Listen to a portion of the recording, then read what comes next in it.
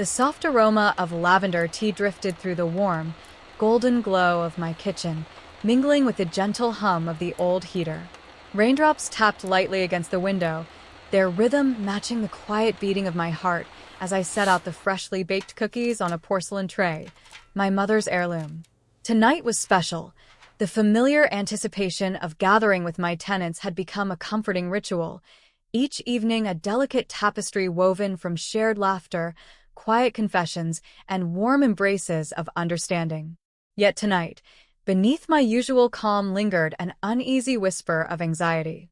As I rearranged the delicate cups, my gaze fell upon my phone, its screen flickering silently with a missed call. Daniel, my son.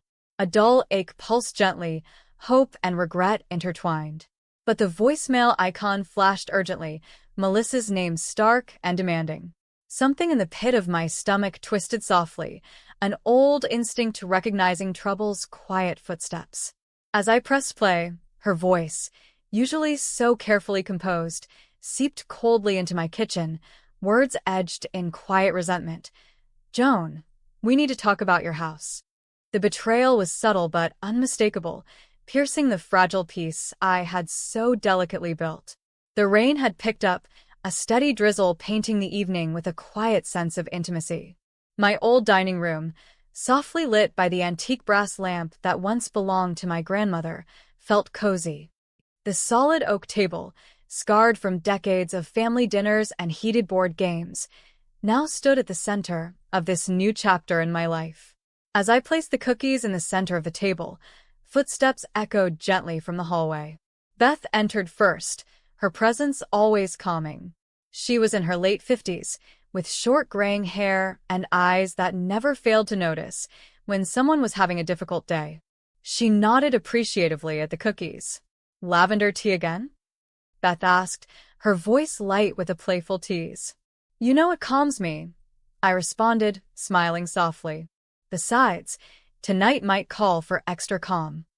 Beth raised an eyebrow, reading between the lines as always. "Is everything okay?" I hesitated, then nodded. "It will be. Just something from Melissa earlier. I'll fill everyone in once we're all together."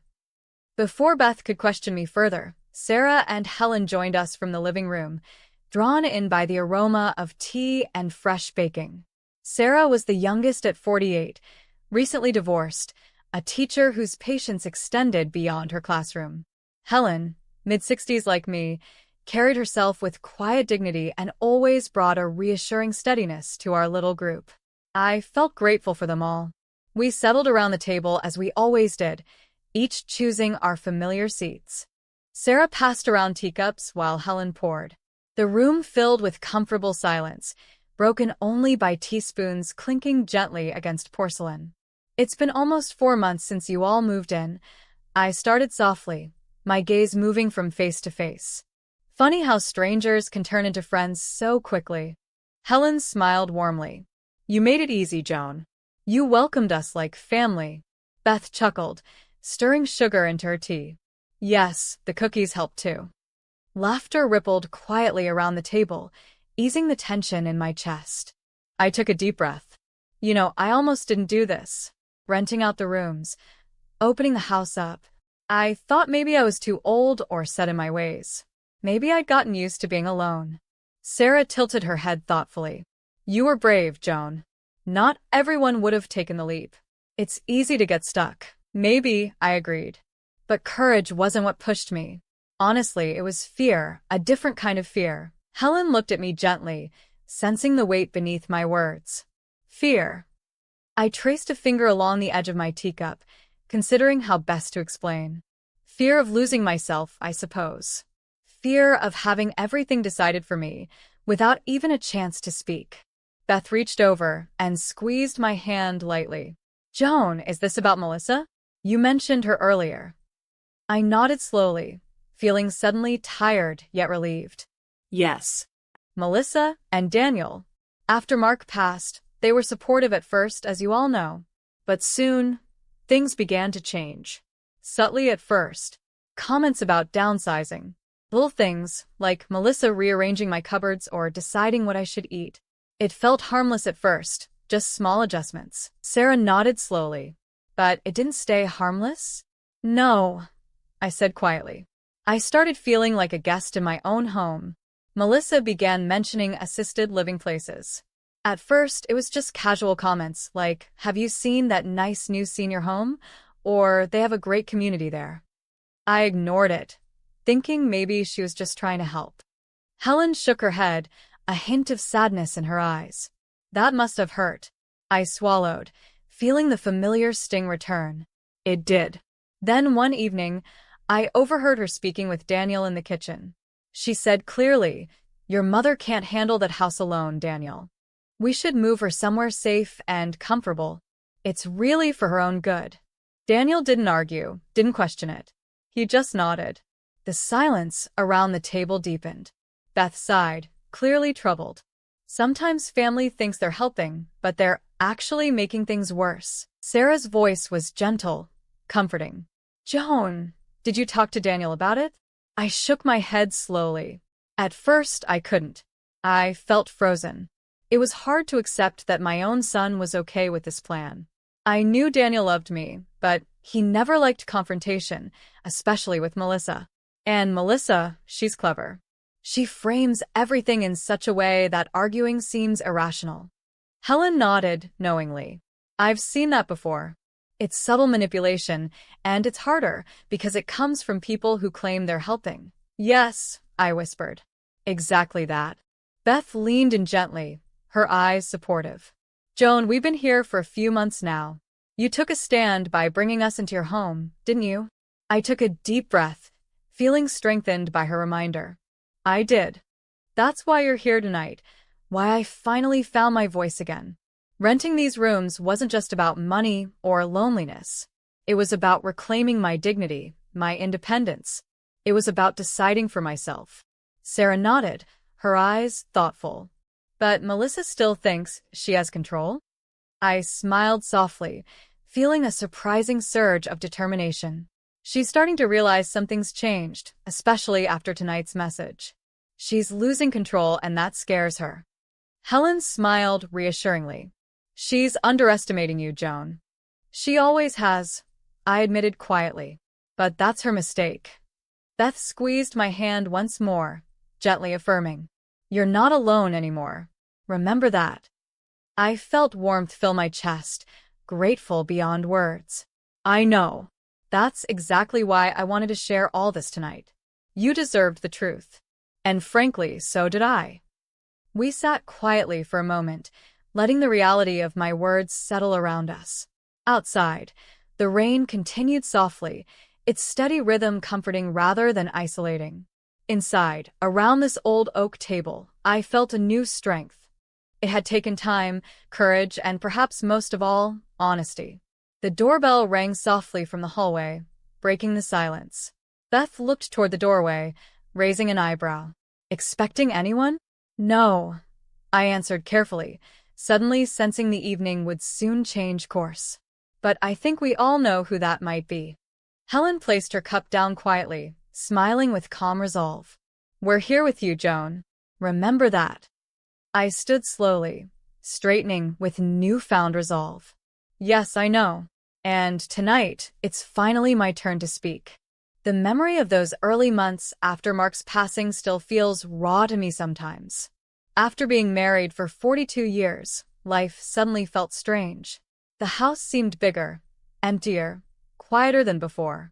Daniel and Melissa visited often in those first weeks, bringing groceries, helping with paperwork, or just keeping me company. In the beginning, I appreciated it. I was grateful not to feel alone. Melissa particularly insisted on helping me reorganize things. One morning I found her in the kitchen, methodically going through cupboards and drawers. She'd pulled out my old pots and pans and arranged a shiny new set she'd brought from home, saying cheerfully that mine were ancient and worn out. She'd meant it kindly, I supposed, but something about the casual ease of her actions didn't sit right. I like my old things, worn or not. They were familiar. "Melissa," I said gently, "you didn't need to do this. I'm used to my old cookware. It's comfortable." She smiled, shaking her head dismissively.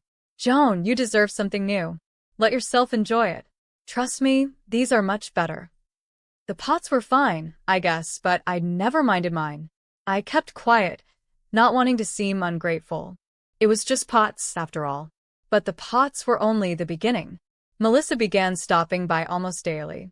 I'd often come home to find things rearranged, a chair moved closer to the window, magazines stacked neatly in alphabetical order, shelves dusted, and books relocated. Once, she even threw out several of my older books, replacing them with brightly covered bestsellers. When I asked why she'd done it, she smiled again, slightly condescending. "Joan, it's healthy to declutter your space," she said cheerfully, "especially at your age." At my age, I repeated slowly, feeling heat rise in my face. "Downsizing," she said quickly, softening her voice, seeing the expression on my face. "It's better to let go of old things, make space, be practical." I said nothing. She always sounded logical, confident that what she was doing was for my benefit. But each change felt like another small piece of my life slipping from my control. Daniel was oblivious as always. He'd nod distractedly when Melissa explained her newest idea. He trusted her judgment without question. And why not? She seemed sensible, caring, attentive. If he noticed my discomfort, he never mentioned it. One evening, Melissa arrived with a handful of glossy brochures. She spread them across my kitchen table while I finished making coffee, tapping enthusiastically on bright pictures of smiling older people. "Look at this, Joan. It's called Green Acres. They have everything. Meals prepared, social activities, transportation provided. You'd never have to worry about anything again." "I don't worry now," I said, sharper than intended. Her smile tightened slightly. "But isn't it exhausting, keeping this huge house all by yourself?" "No," I said carefully. "It's comforting, actually." Melissa sighed dramatically, gathering up the brochures. "Think about it, Joan. It's really a wonderful place." She left the brochures on the table, stacked neatly near my coffee cup, like a silent reminder. From then on, the brochures appeared regularly, placed casually in different rooms. One time, I found one tucked under my pillow, as if to imply I might finally absorb the idea if it caught me off guard. I confronted Melissa about it a few days later, my patience wearing thin. "Melissa," I said firmly, handing her back the brochures, "please stop bringing these. I'm not interested. This house is my home." Her face softened immediately, her voice soothing. "Joan, no one's forcing anything. But it's always good to consider your options." "I have considered," I said, keeping my voice steady. "I'm staying." For a short while, Melissa stepped back. She'd still visit, but her organizing slowed. Maybe, I thought, I'd finally set a clear boundary. But soon after, the conversations shifted again, this time toward finances. One Sunday afternoon, Daniel and Melissa came by unexpectedly, bringing dinner. I appreciated it initially, but halfway through the meal, Melissa casually said, "Daniel and I were thinking, your finances must be tight. This house is expensive." Daniel glanced awkwardly at his plate, clearly uncomfortable. "Mom, what Melissa means is—" "I know exactly what she means," I interrupted gently. "But I'm fine financially." Mark left things comfortable. Melissa smiled, but her eyes narrowed slightly. "Joan, things can change quickly. Medical expenses, emergencies, you never know." Daniel shifted nervously. "Mom, Melissa has a point." Something inside me tightened. Daniel rarely took my side anymore. He always yielded to Melissa's reasoning. It made my stomach ache. "Maybe so," I said quietly, "but this is my home, and I'll handle it." After they left, I sat at my kitchen table for a long time. Their visits had become draining. Melissa's influence was becoming suffocating, and Daniel either couldn't or wouldn't see it. Each suggestion was masked as genuine concern, but beneath it all was the implication that I couldn't be trusted to handle my own life. That evening, I went through my house, touching familiar things. The worn throw on the couch Mark and I had chosen together, the framed pictures on the walls, the faded quilt on my bed. Each piece was part of my history, part of me. I knew I couldn't let Melissa slowly dismantle my life, piece by piece. I decided right then that I needed to take action quietly but decisively. If Melissa believed I was weak or easily manipulated, it was time to prove otherwise. She thought I couldn't manage the house alone, so I would show her exactly how capable I was by bringing others in on my own terms, filling these rooms with people who respected my boundaries. The next day, without telling anyone, I began researching how to legally secure my home. And, perhaps even more importantly, I started drafting the first advertisement for tenants. My decision wasn't driven by revenge or anger, but a quiet and steady determination to reclaim my independence. Melissa had underestimated me. That was her mistake, not mine. The next morning, I made coffee early and sat down with a notebook and pen at my kitchen table. I hadn't slept well, restless with plans turning over and over in my head. The house was quiet now, and I used that silence to organize my thoughts clearly. First, I wrote a list of everything Melissa had done. It felt uncomfortable at first, as if I were somehow betraying Daniel by putting these truths down on paper. But I forced myself to keep writing, recalling each incident honestly, without exaggeration. I noted the cookware incident, then the furniture rearrangements, the books thrown out without permission, and especially the brochures constantly left around the house. Writing it down clarified something important. None of these were isolated actions. They were connected, deliberate moves in a larger game that Melissa was playing. She wanted control, and she'd been gaining it quietly, piece by piece. After reviewing my notes, I called our family lawyer, Charles Bennett. Charles had helped Mark and me manage our affairs for decades. I trusted him fully, and I needed that trust now more than ever. He answered promptly, his voice warm but slightly surprised. "Joan, it's good to hear from you," he said. "Everything okay?" "Mostly yes," I answered honestly. "But I need your advice, Charles. Privately, if possible." "Of course," he assured me immediately. "Would you like to come by the office today? I can make room." "Yes, thank you," I said, relieved. "The sooner the better." We met later that afternoon at Charles's office downtown. Sitting across from him felt both familiar and reassuring. I explained the situation carefully, laying out everything Melissa had done and Daniel's passive acceptance of it. Charles listened closely, jotting notes occasionally. "Joan," he finally said after I'd finished speaking, "I understand exactly why you're concerned. Unfortunately, I've seen this before. The good news is that you're still completely in control here, legally and financially. Melissa can't force you into anything." "I assumed so," I said quietly, relieved but still uneasy. "But Melissa can be persuasive. And Daniel listens to her." Charles nodded. "I get it. Let's update your paperwork immediately. Your will, property documents, everything. I want to ensure your home stays yours under any circumstances." The rest of the afternoon passed quickly, filled with signatures, documents, and quiet reassurances from Charles that everything was in order. When we finished, I felt a weight lift from me. Back home, I sat again at the kitchen table and began drafting a simple advertisement for tenants. It was harder than I expected. Finding the right words mattered. I wanted tenants who were respectful, independent, mature, people whose presence would help reinforce the home as mine, rather than diminish it. Finally satisfied, I placed the ad online. There was a sense of nervous excitement as I clicked to submit it. This small action felt deeply important, as if I were staking my claim once more. The responses began arriving surprisingly fast. I spent several days carefully sifting through inquiries. Some people weren't suitable, too young, too loud, or simply incompatible with my quiet lifestyle. But gradually I identified potential tenants who sounded exactly right. Beth responded first.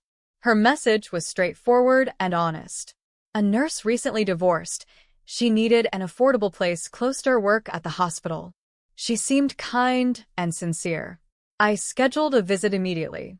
When Beth arrived, her presence instantly felt reassuring. She walked through the house thoughtfully, asking practical questions and respecting my space entirely. She admired my garden and complimented my furniture without any hint of criticism or suggested rearrangements. It felt immediately comfortable. "I love your home," Beth said genuinely. "It feels peaceful." I'd be grateful to live here. She moved in soon after, taking the room across from mine. Her presence settled something inside me, giving me confidence I'd made the right decision. Next came Helen, who messaged politely, expressing clear boundaries and quiet dignity. She'd recently retired from managing a small bookstore.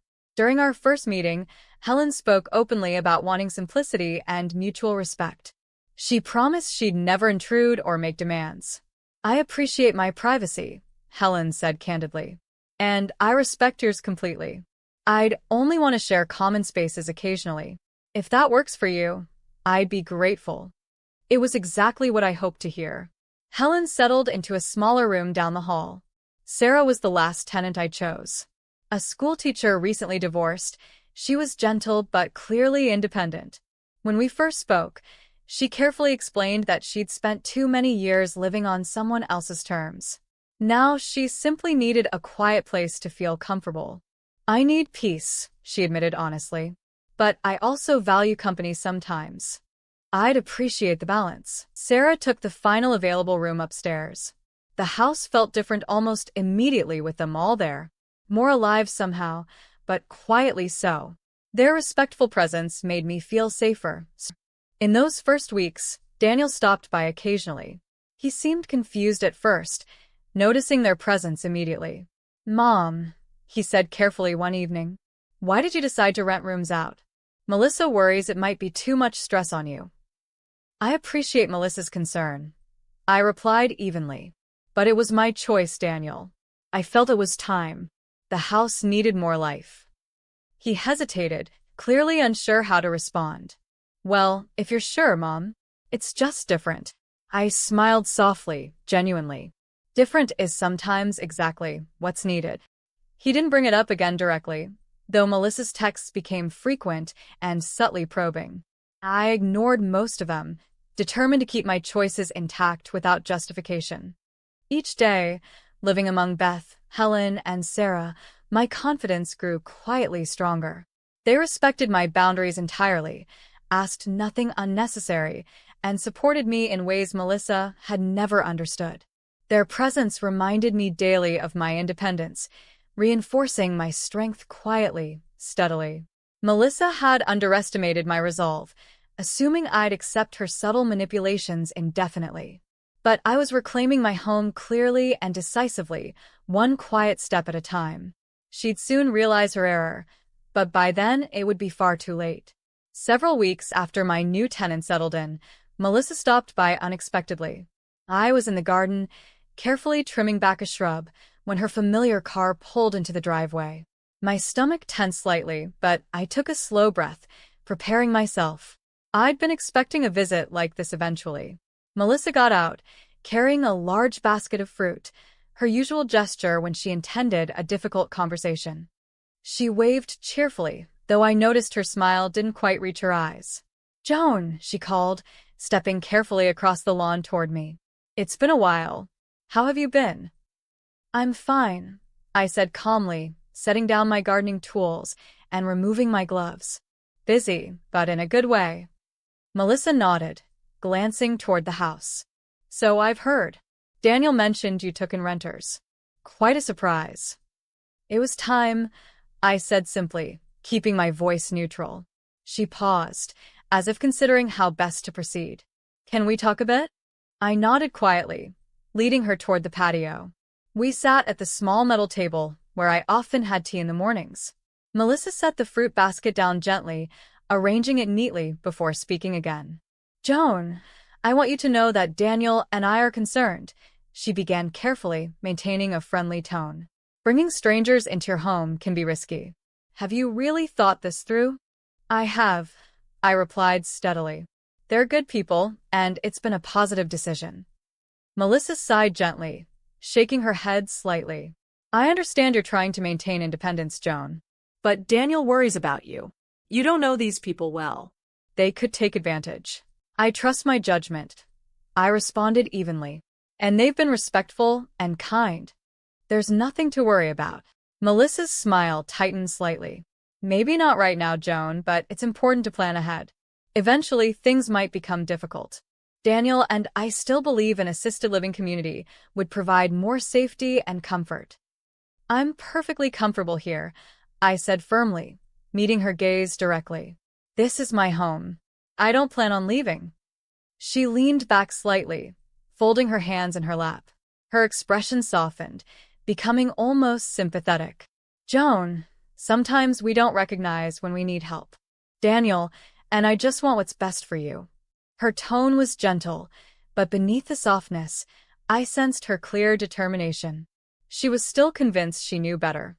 Melissa, I appreciate your concern, but I'm fully capable, I stated clearly. This isn't something I decided lightly. And frankly, I needed company, people who respect my choices. Her eyes narrowed briefly before her expression returned to calm neutrality. Are you implying I haven't respected your choices? You've meant well, I answered honestly, trying not to escalate the conversation. But yes, there have been times your actions felt intrusive. Melissa blinked in surprise, clearly not accustomed to my directness. She quickly recovered, smoothing the edge of her sleeve calmly. Joan, if I've overstepped, it was never intentional. My only goal was your safety and comfort. I know you meant well, I said, softening slightly. But my comfort comes from choosing my own path. She sighed gently, giving me a patient look. I just wish you'd reconsider the senior community idea. It would bring peace of mind to Daniel, and to me. You wouldn't have any worries. My patience began to thin again. I kept my voice calm but firm. Melissa, I've clearly explained my decision. If Daniel is worried, he can talk to me himself. I don't appreciate you speaking for him. Her expression faltered briefly, then hardened subtly. Joan, Daniel struggles to express himself sometimes. I speak for both of us, because we're united in this. I'd prefer Daniel to speak for himself, I said steadily, holding her gaze. I raised him to speak his mind, not to hide behind someone else. Melissa drew back slightly, clearly startled by my bluntness. A moment of uncomfortable silence passed between us before she sighed again, a little sharper this time. Fine, she said shortly. I'll have Daniel talk to you. But consider this. He's worried about upsetting you. This entire situation makes him uncomfortable. I shook my head slightly, standing up calmly. Melissa, this conversation is going nowhere. Please understand, I've made my decision and it's final. She stood slowly, adjusting her bag and smoothing her clothing again, a familiar gesture of control. I'll tell Daniel your decision, Joan, but I think you're making a mistake. And someday you'll see that. I walked her back to her car, keeping my silence until she opened the door. Melissa, I said quietly as she got in, I don't regret my decision. I won't be pressured or manipulated into changing it. Tell Daniel I'll speak with him directly from now on. Her eyes narrowed sharply again, but she maintained her composed tone. As you wish, Joan. I hope you know Daniel, and I only have your best interests at heart. She drove away without another word, leaving me standing alone in the driveway, my chest tight with frustration. Her visit had confirmed everything I'd suspected. Melissa still viewed me as incapable, easily influenced, and ultimately powerless. That night, Daniel called, sounding uncomfortable from the start. Mom, Melissa said things got a little heated today, he began hesitantly. It wasn't heated, I corrected softly. It was direct. Daniel, I don't appreciate Melissa making decisions or speaking for you. If you're worried, please speak to me yourself. He sighed quietly into the phone, sounding tired. Mom, Melissa worries a lot. She cares deeply, even if it doesn't always seem that way. I know she cares, I replied carefully, choosing my words thoughtfully. But she needs boundaries. I have my own life. I can handle things myself. There was a pause before he responded, softer now. I know, Mom.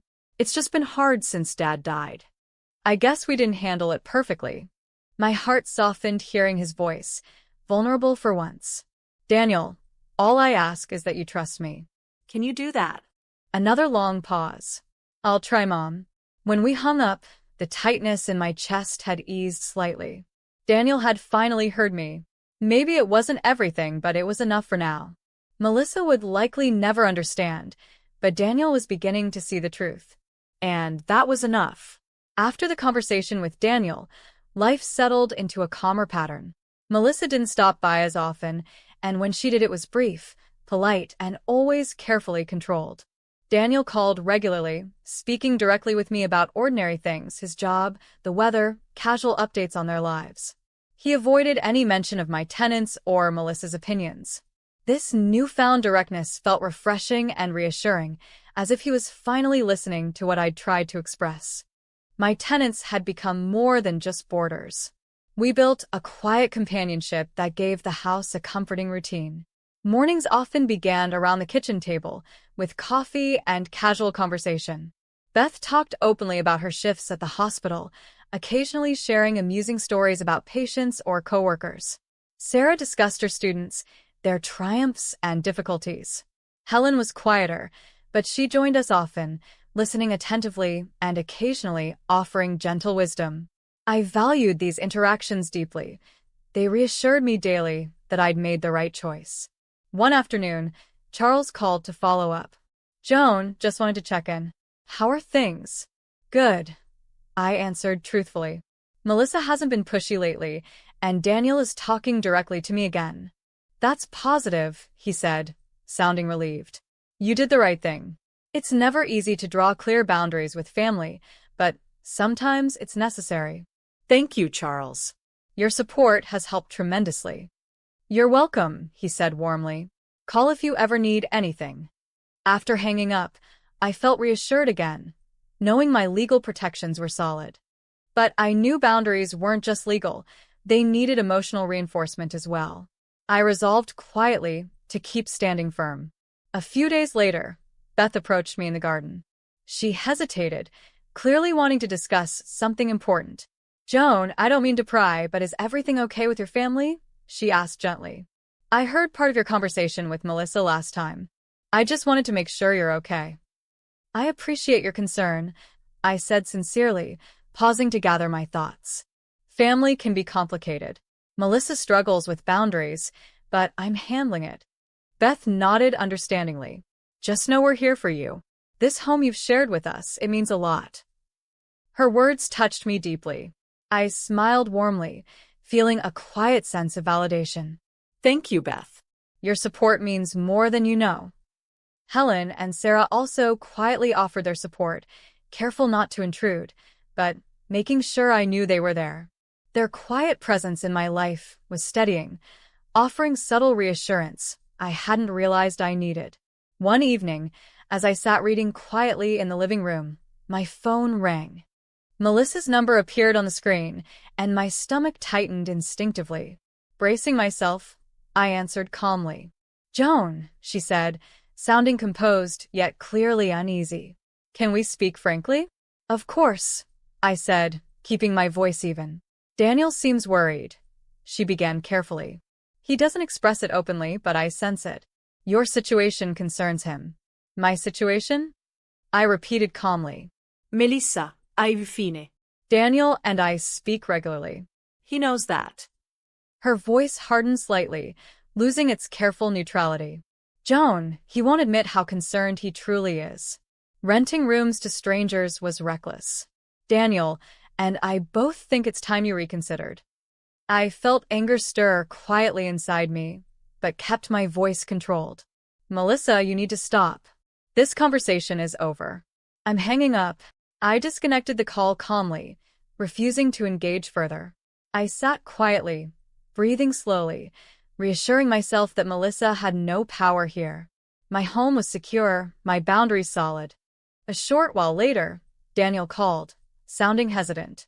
"Mom, Melissa mentioned you spoke again." "We did," I answered calmly. "Daniel, please understand, I won't tolerate her interference anymore." "I know," he sighed quietly. "Mom, it's difficult. Melissa means well." "Maybe," I said carefully, "but her intentions don't change how her actions feel." "I'm fine, Daniel. I just need her to respect that." He paused thoughtfully, finally speaking softly. "I'll talk to her again, Mom. I promise." "Thank you," I replied gently. "I appreciate that." The next morning, the house felt particularly peaceful. Beth brewed coffee, humming softly. Sarah prepared her lessons quietly at the kitchen table. Helen sat nearby, reading thoughtfully. The quiet normalcy felt reassuring, reinforcing my confidence. Mid-morning, the doorbell rang unexpectedly. Opening the door, I was surprised to see Daniel standing there alone, looking slightly uneasy. "Mom, can we talk privately?" he asked quietly. We walked to the patio, sitting at the table facing the garden. I'd faced Melissa's interference head-on, reinforced my boundaries, and reconnected meaningfully with Daniel. The quiet strength I'd reclaimed by opening my home to these women had finally been fully validated. My decision had been correct, not simply a choice of independence, but an act of necessary self-respect. Over the next few weeks, life in the house settled comfortably. My conversation with Daniel had given me a renewed sense of calm. Melissa hadn't called or stopped by since then, and the house felt more like mine again. The quiet rhythms of daily life returned, reassuring me that I had made the right choices. One evening, Beth invited us all to sit together in the living room after dinner. She bought a cake, not for any particular occasion, but just to share something pleasant. "I just felt like celebrating," she said simply, cutting the cake carefully into even slices. "Life's been kind lately." Sarah smiled quietly, accepting her slice. "Honestly, being here has been the best decision I've made in years. It's peaceful." Helen nodded, placing a small piece on her plate. "Agreed. I never expected to feel so settled living with other people again." Their words warmed me deeply, reaffirming that my choice to open my home had positively impacted all of us. "I'm grateful to each of you," I said, genuinely touched. This house had become too big and empty for me alone. "You've given it new life." Beth smiled warmly. "It goes both ways, Joan. This place feels like home because of you." We ate quietly for a few moments, enjoying each other's company, before Sarah hesitantly spoke. "Joan, I don't want to intrude, but can I ask you something personal?" "Of course," I replied, comfortable with their questions now. She hesitated slightly, then continued. "Melissa, does she know how much she's upset you?" I sighed thoughtfully. She does. But Melissa sees the world differently. To her, helping means taking control. It's not intentional cruelty, just misunderstanding. Helen spoke gently. "Family dynamics are complicated. Sometimes it's easier to set clear boundaries than change someone's behavior." I nodded in agreement. Exactly. "That's what I've done. Drawn clear lines. Melissa might never understand, but Daniel finally does." Beth looked relieved. "That's what matters most. You're standing your ground. Not everyone could." Her support reminded me again of how fortunate I'd been in choosing these tenants. Each woman understood, instinctively, the balance between respecting privacy and offering emotional support. The next day, I received an unexpected phone call from Charles Bennett. "Joan, I just wanted to give you an update." Melissa reached out directly. She asked about your legal status regarding the house. Obviously, I explained nothing to her, but I thought you'd want to know. His news unsettled me slightly.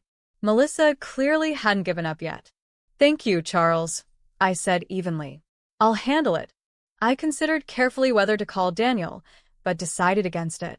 Daniel had promised to handle Melissa himself, and I needed to trust him. Instead, I resolved simply to stay alert, aware Melissa might still attempt something quietly manipulative. That weekend, Daniel visited again, this time alone and without prior notice. I was surprised but welcomed him warmly. He seemed thoughtful, even slightly uneasy, as we sat together on the patio again. "Mom, Melissa spoke to your lawyer," he began carefully. "I wanted to apologize for that." I exhaled slowly. "Charles mentioned it." "Daniel, I appreciate your honesty."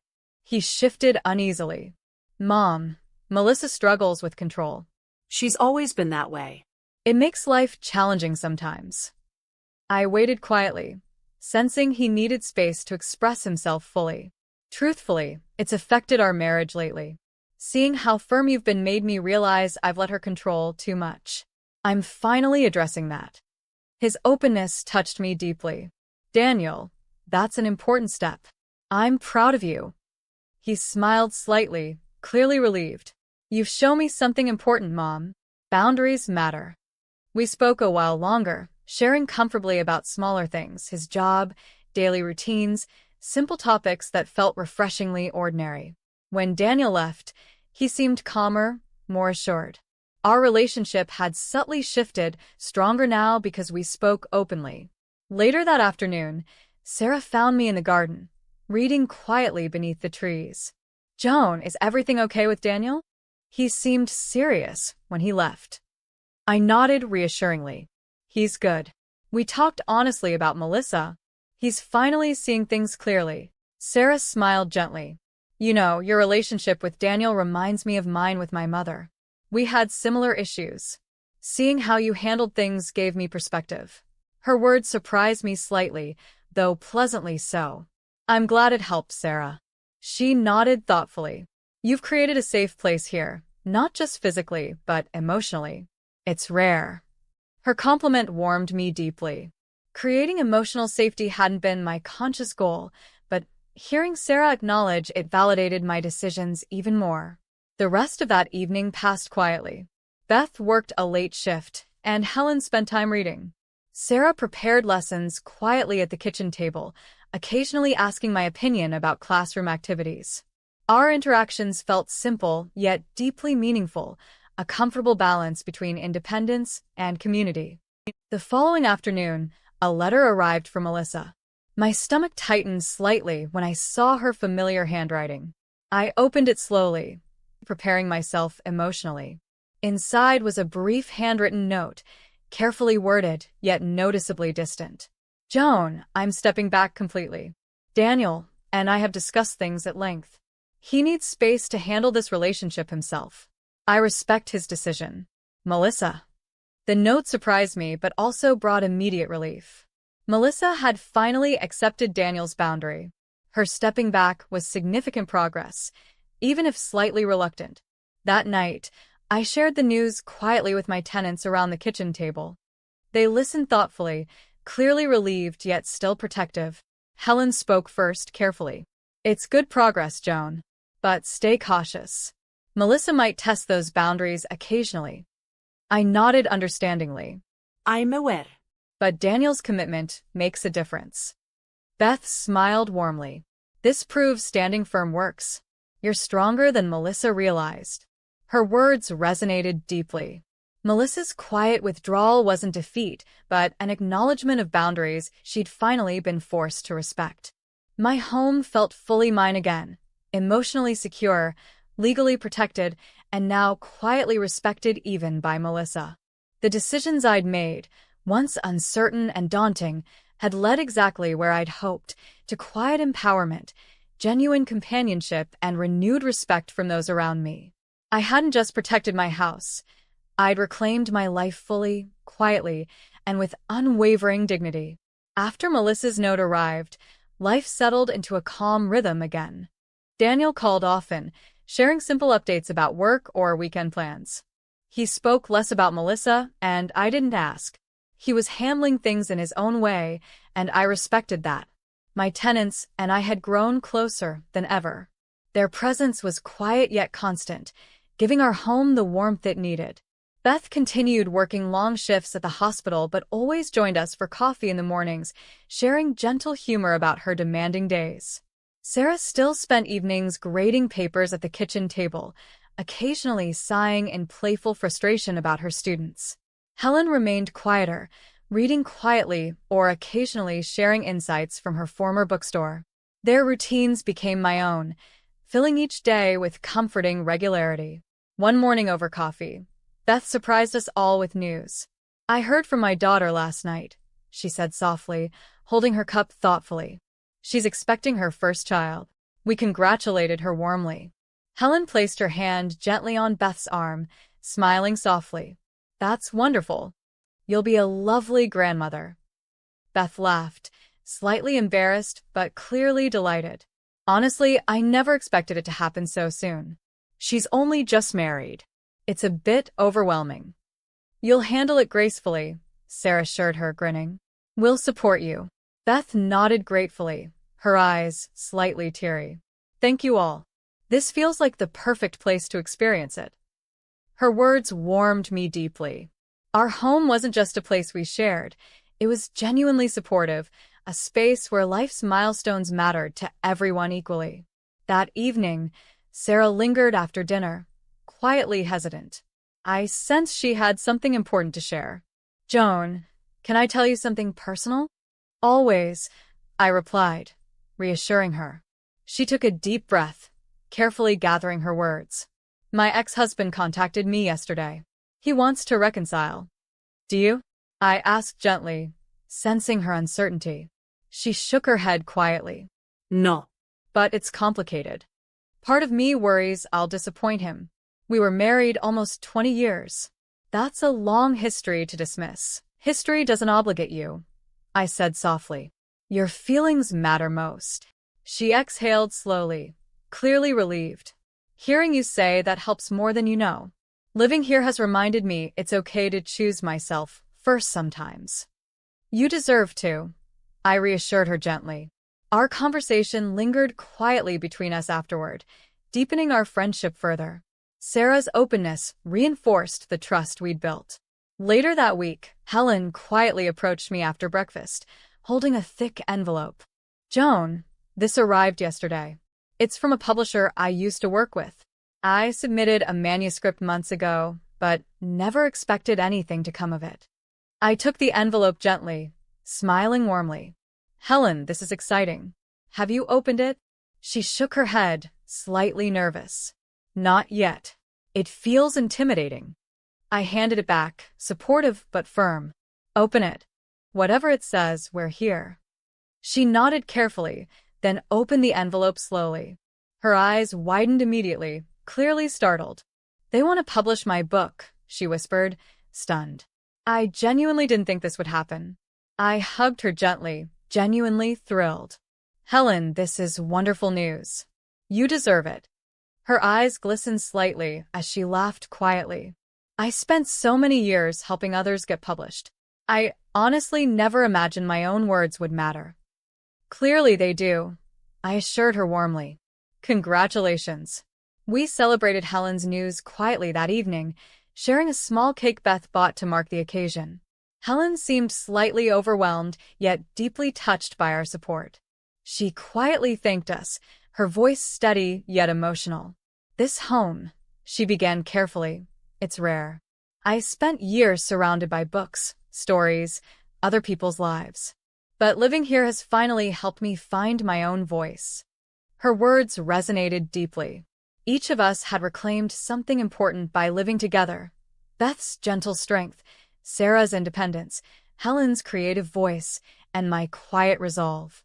The following afternoon, Daniel called unexpectedly, sounding quietly troubled. Mom, Melissa asked to speak with you directly. She wants to apologize. I'm not sure if she's sincere, but she asked me to arrange it. I hesitated thoughtfully. Do you think she means it? I honestly don't know, Daniel admitted softly. But it's your choice, Mom. I'll support whatever you decide. His support reassured me deeply. Let me think about it. I'll let you know. After hanging up, I considered carefully. Melissa's apology might be genuine or manipulative. I couldn't be certain. Still, meeting with her directly might finally settle things clearly between us. When I shared the news later, Beth looked cautious but supportive. If you meet with her, Joan, do it on your terms. Protect yourself. I promised gently. Helen nodded quietly. Maybe closure would help, regardless of Melissa's intentions. Sarah agreed thoughtfully. You've stood firm so far. Meeting her face-to-face might reinforce your boundaries even further. Their perspectives reassured me deeply. My tenants' quiet wisdom and steady support strengthened my resolve. I decided finally to meet Melissa, choosing a neutral public place. Daniel agreed readily when I called back. Melissa had suggested a cafe we'd visited occasionally in the past. It seemed appropriate, a familiar place, yet neutral ground. The morning of our meeting, Beth quietly asked if she should come along for support. I appreciated the offer, but declined gently. I need to do this myself. But knowing you're here afterward helps, She nodded warmly. We'll be waiting. Driving to meet Melissa felt slightly uneasy, but necessary. I parked carefully, took a steady breath, then walked calmly inside. Melissa was already there, waiting quietly at a table. Her posture was controlled, yet clearly uncomfortable. She looked up slowly as I approached, offering a tight but polite smile. Joan, thank you for agreeing to meet. I wanted to apologize directly. My intentions were good, but my methods weren't. I've stepped back fully now. Daniel's happiness matters most. Her words sounded sincere yet carefully rehearsed. I accepted them calmly, meeting her gaze directly. Melissa, I appreciate your honesty. Our relationship has boundaries now. If you genuinely respect them, we'll be fine. She nodded, slightly uneasy yet clearly accepting. I understand fully now. Daniel made it clear. I'll respect your space completely. Leaving the cafe afterward, I felt deeply relieved. Melissa had finally understood.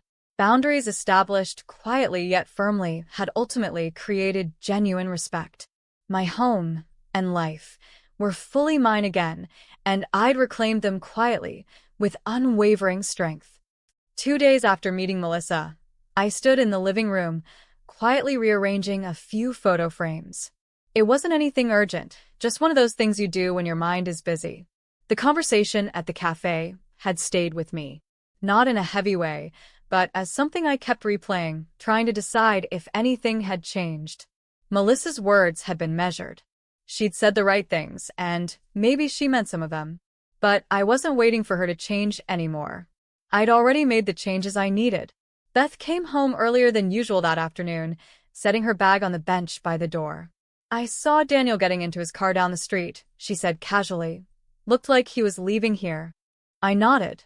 He stopped by for just a minute. Wanted to check in, see how I was doing after the meeting with Melissa. Beth raised her eyebrows slightly. Everything okay? Better than okay, I said truthfully. He asked if I wanted to have lunch next weekend. Just the two of us. Her face relaxed into a soft smile. That's progress. It was. A kind of quiet healing between us was happening, not forced, not loud. Just steady. We were learning how to be mother and son again, without anyone else in the middle. Later that evening, Helen knocked gently on my bedroom door. I was folding laundry, and welcomed the pause. I've been thinking, she said as she stepped in, about your house. I tilted my head, curious. What about it? This arrangement, she said, gesturing vaguely around. It works. We're not just tenants anymore. This has become something more.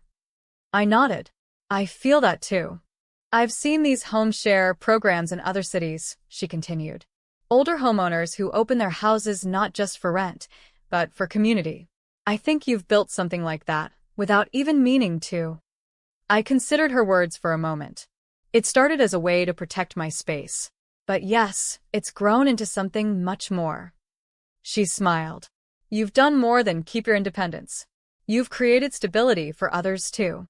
Her words stayed with me long after she left the room. I hadn't set out to create anything bigger than personal peace, but maybe that's how meaningful things begin. Quietly, out of necessity, out of resilience. The following week, we hosted a small dinner in the backyard. Nothing fancy. Sarah made a pasta dish she swore was her specialty. Helen brought wine. Beth baked a loaf of bread. We lit a few candles as the sun went down, and for a while, the four of us just sat together, eating and talking like old friends. I never thought I'd live with strangers at this age, Sarah said, sipping from her glass. But this doesn't feel like living with strangers anymore. Same here, Beth added. After my divorce, I thought I was done with shared space. Turns out it's all about who you share it with. We all laughed at that, nodding in agreement. I think, I said after a moment, we were all looking for something, maybe without even realizing it. Helen looked at me, and we found it here. That night, after they'd all gone inside, I stayed out a little longer under the string lights Daniel had helped me hang last summer. I thought about how far things had come since that first tense conversation with Melissa. The fear I'd felt about losing control of my life. The quiet resolve that followed. And now this. A home that felt more like a small community. Relationships built on mutual respect. A renewed connection with my son. All of it felt earned, not handed to me, not arranged by someone else. Meaning. The next morning, I found an envelope slipped under my door. It was from Sarah. Inside was a thank you card, handwritten. On the left side, she'd written, "Joan, I don't know what would have happened if I hadn't found your room listing that day. I was scared, fresh from a divorce, and unsure of myself. You didn't just give me a place, you gave me space to recover." Thank you. On the right side, in smaller handwriting, she'd added, "I've been offered a teaching position in another town. I haven't accepted yet, but I wanted you to know first, in case I do." I read the note twice. Then I placed it on the dresser and sat quietly. Of course she'd move on eventually. That was part of life. But reading her note, I didn't feel sad. I felt proud. She'd arrived cautious and unsure. Now she was ready to step forward again. When I saw her later in the day, I hugged her gently.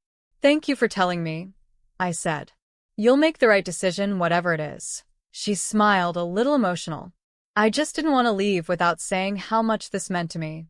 "You haven't left yet," I said. "But when you do, you'll go stronger than when you arrived.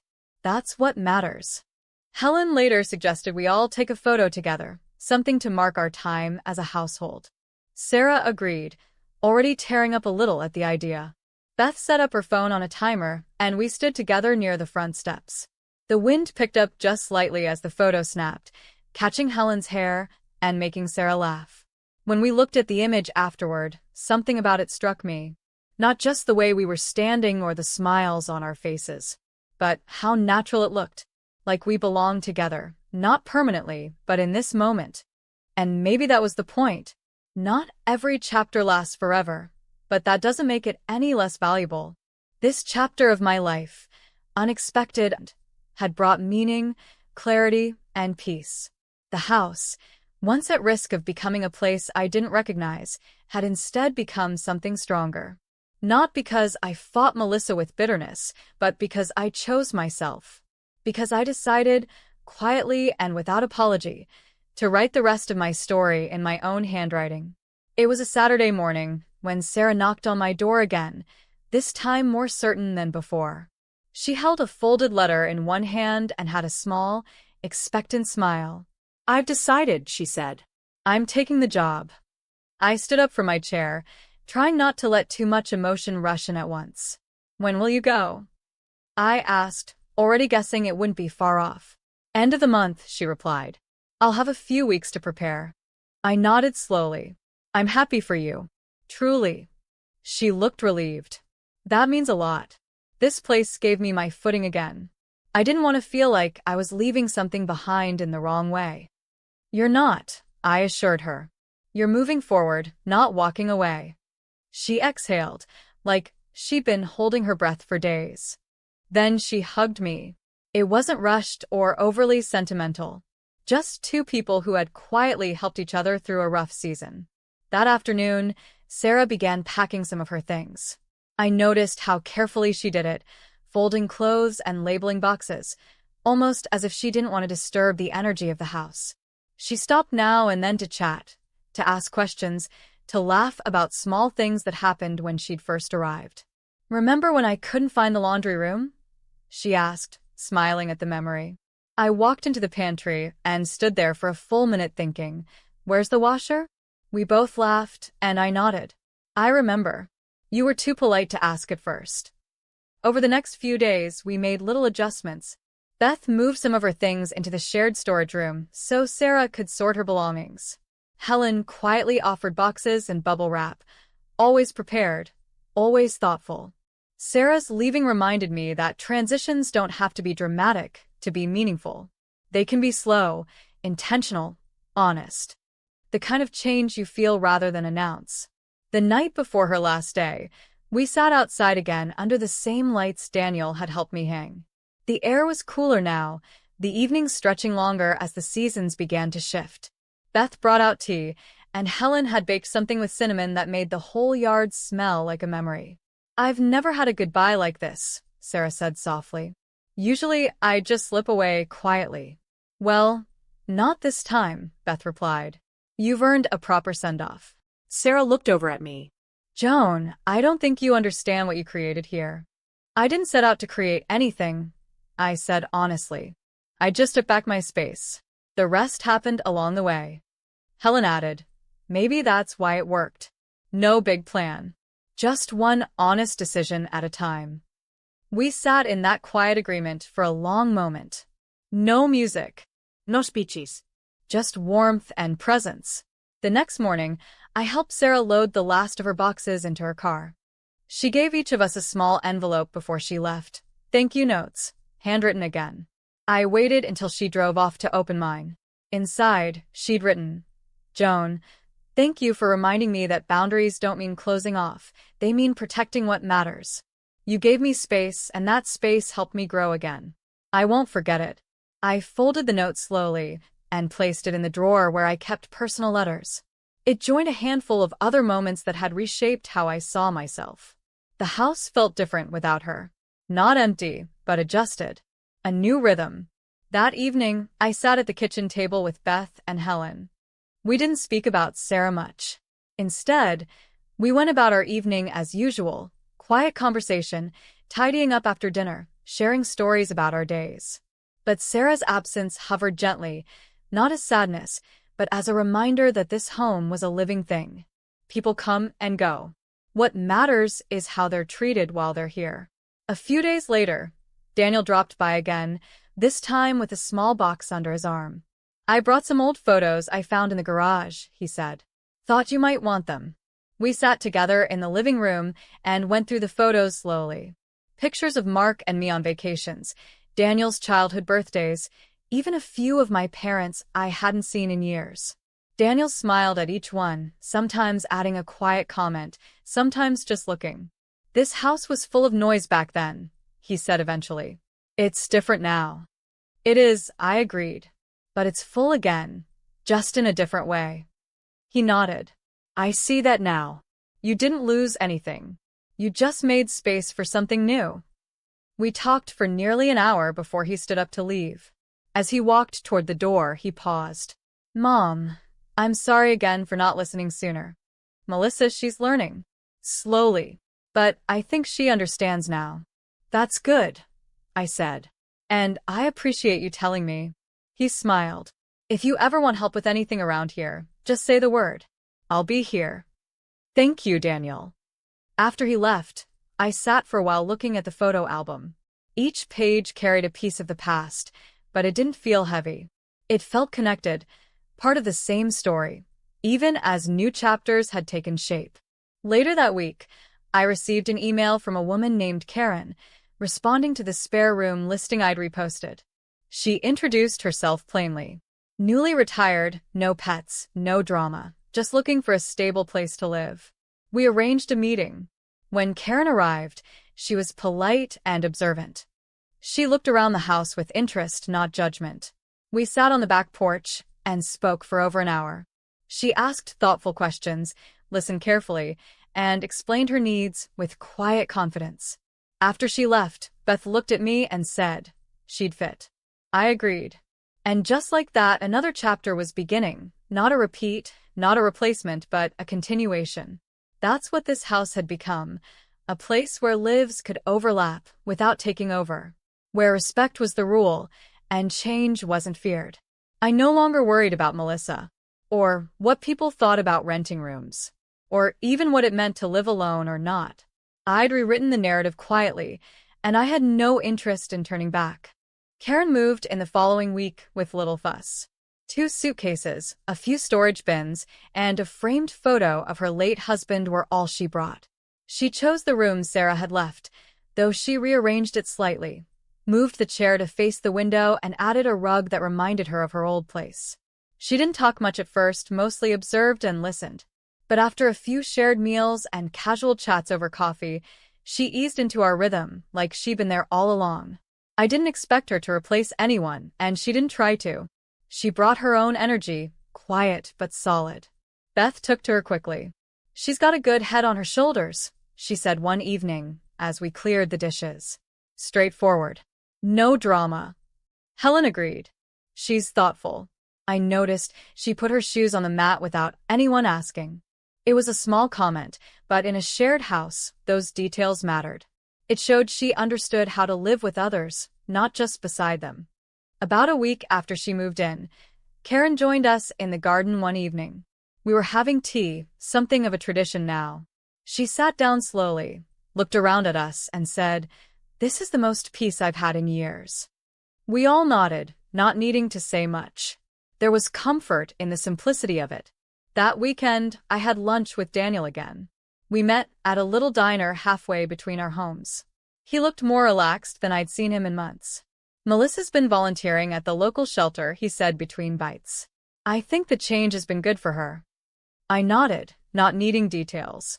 "She doesn't ask about the house anymore," he added. "I think she finally accepted that it's not her place to manage." "That's all I ever wanted," I said. "Not distance. Just space to live on my terms." Daniel looked thoughtful, then reached into his coat pocket and pulled out a folded brochure. "I know it's early," he said, handing it to me, "but I found this retreat center. They offer week-long trips for seniors, hiking, art classes, some writing workshops. I thought you might be interested." I looked at the brochure. It wasn't flashy. Just a small photo of a forest path and a few sentences about reconnecting with nature and creativity. "You think I need a vacation?" I asked, smiling. "I think you deserve one," he replied. I tucked the brochure into my purse. Maybe I would go. Maybe not. But it felt nice that he thought of me in that way, not as someone to worry about, but as someone with interests worth exploring. Back at home, Helen's book was nearing publication.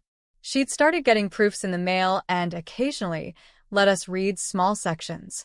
It was memoir style, stories from her life working in the bookstore, mixed with reflections on aging, grief, and starting over. One night she read aloud a section about a woman who came into her shop every week, never buying anything, only reading one book at a time in the same corner seat. "I used to wonder if she was lonely," Helen said after reading. "But now I think maybe she just liked the feeling of being around people without having to talk." We all nodded.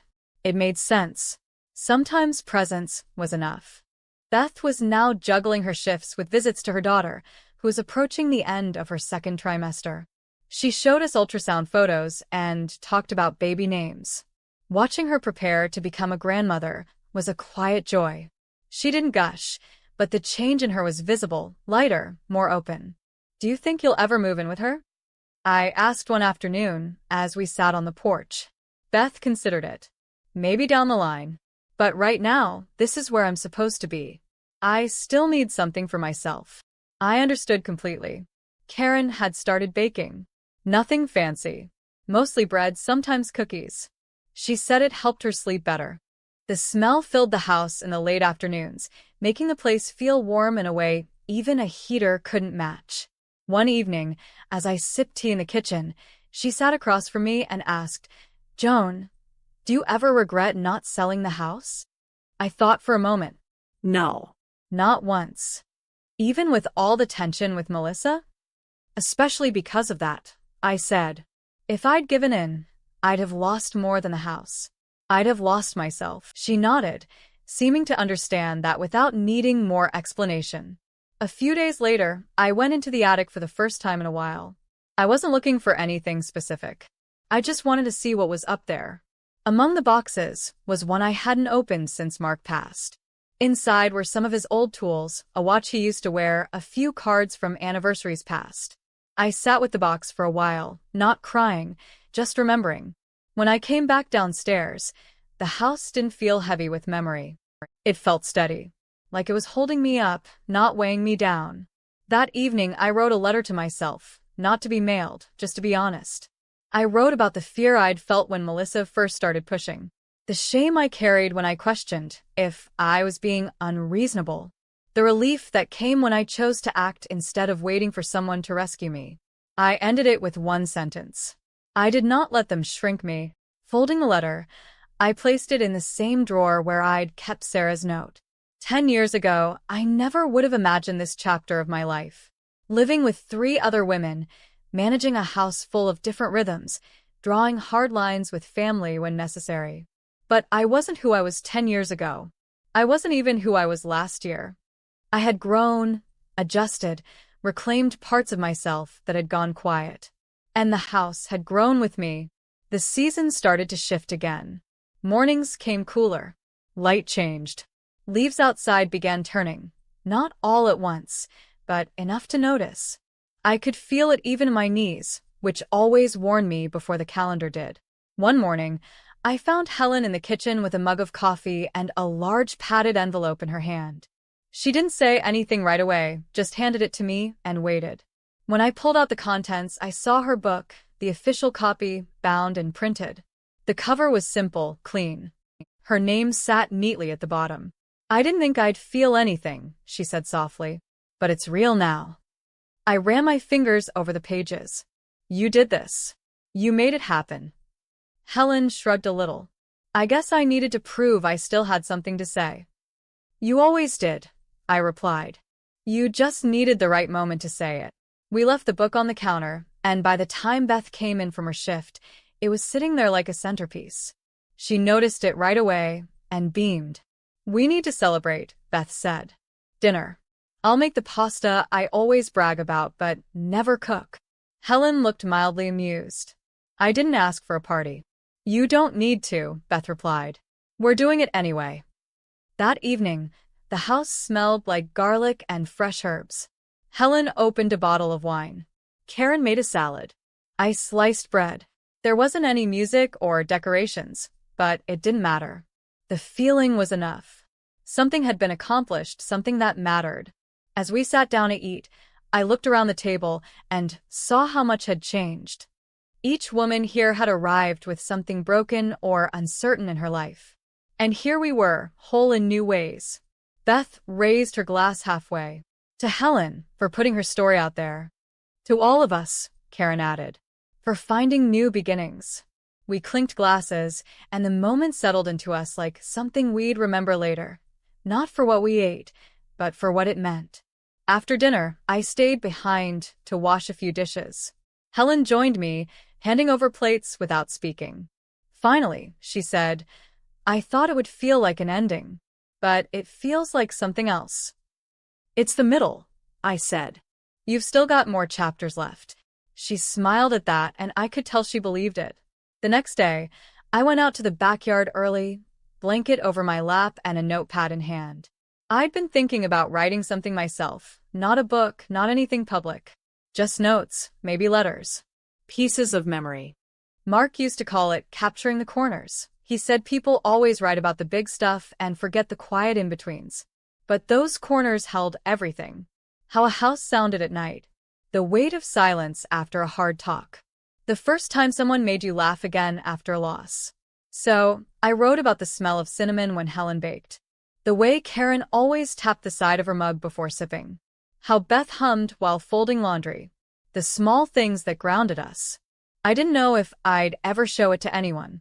Maybe I'd tuck it away like I did with Sarah's note and that letter to myself. Maybe one day, when I'm gone, someone would find it and understand the life that happened here.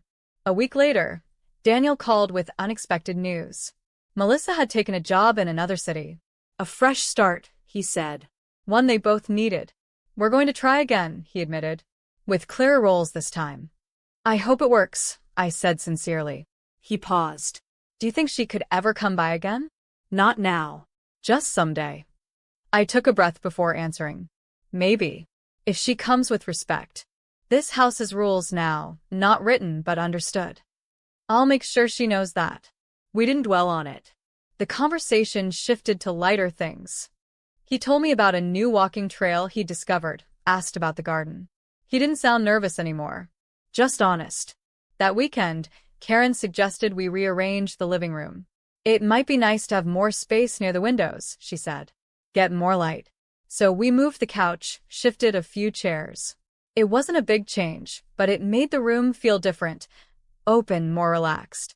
Later that day, we sat there together, all of us reading or sipping tea. Beth had her feet tucked under her. Helen held a pen between her fingers, not writing, just thinking. Karen sat closest to the light. No one was talking. No one needed to. At one point, I glanced at the bookshelf where Helen's published copy now lived, nestled between a few older titles. It looked right there, like it had always belonged. That night, I started another letter. This one wasn't to me. It was to Sarah. I told her about the pasta dinner, the book launch, the small changes around the house. I mentioned the new seating arrangement and how quiet the mornings had become again. I thanked her for trusting me, for sharing her story, for helping shape the house into what it had become.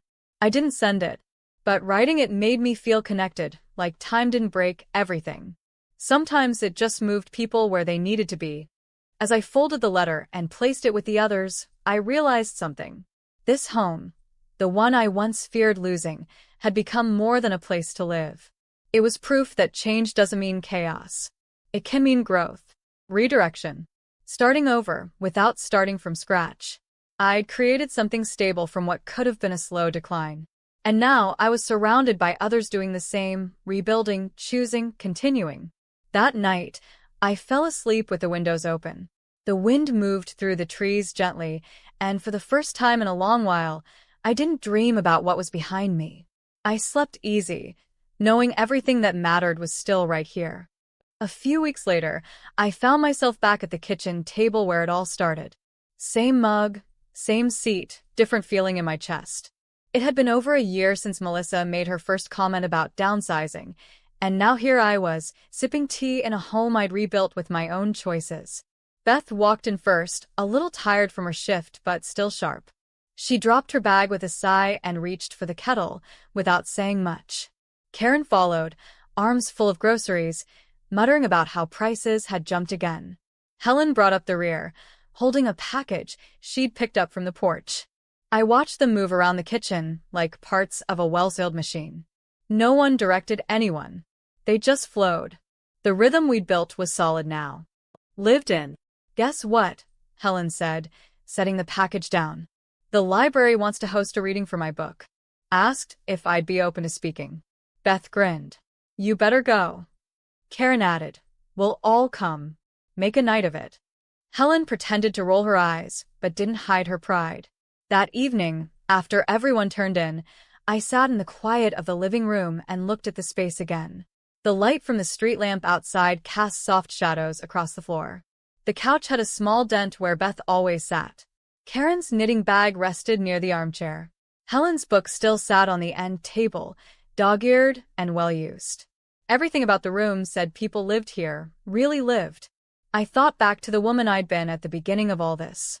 Careful. Hesitant. Waiting for someone else to either fix the situation or push me into a corner. I'd let fear make decisions for a while. Then I'd stopped. It didn't happen in a single moment. It came in pieces. Changing the will. Posting the rental listing. Choosing to share my space, but on my terms. There wasn't one big act that made me stronger. It was the small things. Boundaries. Honesty. Showing up, even when it felt uncomfortable. Daniel called the next day. He'd been checking in more often, not out of guilt but out of care. I think we're going to stay in this city a while longer, he said. Melissa likes her new role. It's been good for her. I told him I was glad. And I meant it. He asked if I'd like to come over for dinner sometime soon. Just us, maybe one of his simple pastas. I said yes, and for once, I didn't overthink what it meant. After the call, I walked through the house slowly, checking windows, folding a blanket, turning off a lamp. Each corner held something now, some sign of life, of memory, of movement. I stopped by the front door and looked at the spot where Sarah's shoes used to sit. It made me smile. She'd sent a postcard from her new town. Just a photo of a mountain and a short note. Still figuring things out, but stronger than ever. Thank you. That card stayed on the fridge. Not because it was sentimental, but because it was real. A few days later, Helen's event at the library arrived. We all went. Beth took a half day at the hospital, Karen dressed up a little more than usual, and I wore the same cardigan I'd worn the night I first changed the locks. Not out of spite. Out of remembrance. Helen stood in front of a small crowd and read a passage about second chances. She didn't say it was about us, but she didn't have to. We knew. Afterward, Someone asked her what inspired her to write the book. She glanced at us in the audience before answering. Honestly, she said, I moved into a house thinking I'd just be renting a room. But it turned into something else. Something better. And that changed everything. We all clapped. Not loudly. Just enough to say, we're here, and we understand. That night, back at home, we stayed up a little later. Drank a glass of wine. Talked about the people in the audience. Laughed about how Karen nearly tripped walking up the library steps. Then, as usual, we said our goodnights. As I climbed into bed, I felt something settle. Not an end. Not a full circle. Just a kind of peace. This house had held me through storms, pushed me into hard decisions, and brought new people into my life. It had changed, and so had I. Not through grand gestures. Through choice. By the time morning light slipped through the blinds, I knew the story was still going. There would be more renters, more changes, maybe even more hard conversations. But I wasn't afraid of any of it. I had reclaimed my space. Not just the rooms and the furniture. The space in my own life. The right to live it how I wanted, with who I wanted, and with no apologies. And in doing so, I'd found something far more important than peace. I'd found myself again. If this story resonated with you, the quiet strength, the boundaries reclaimed, the unexpected joy of finding connection later in life, then you won't want to miss what happened to Carol in our next video.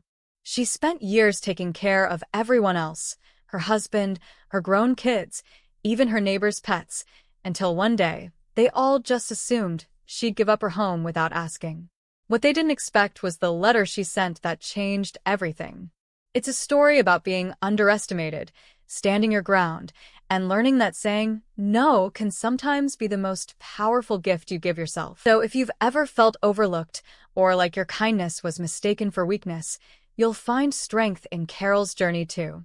Click on the next story now. They told me to sell my house and move in with them, so I made a different choice.